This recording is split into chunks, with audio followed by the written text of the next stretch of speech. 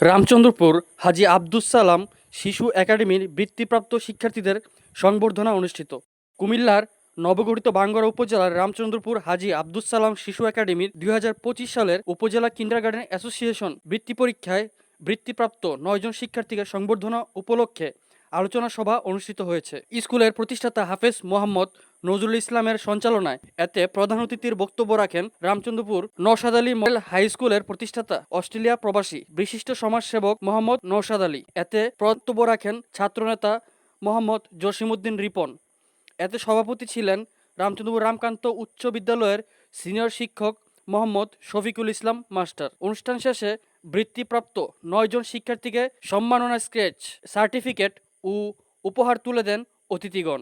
হাজী আব্দুস সালাম শিশু একাডেমি ২০০৭ সালে প্রতিষ্ঠিত হয়ে এতে সুনামের সাথে শিশুদের সুশিক্ষার অবদান রেখে যাওয়ার বক্তারা শিক্ষার্থী ও অভিভাবকদের প্রতি শিক্ষার মানোন্নয়ন ও শিশুদের চরিত্র গঠনের বিশেষ বক্তব্য রেখেছে।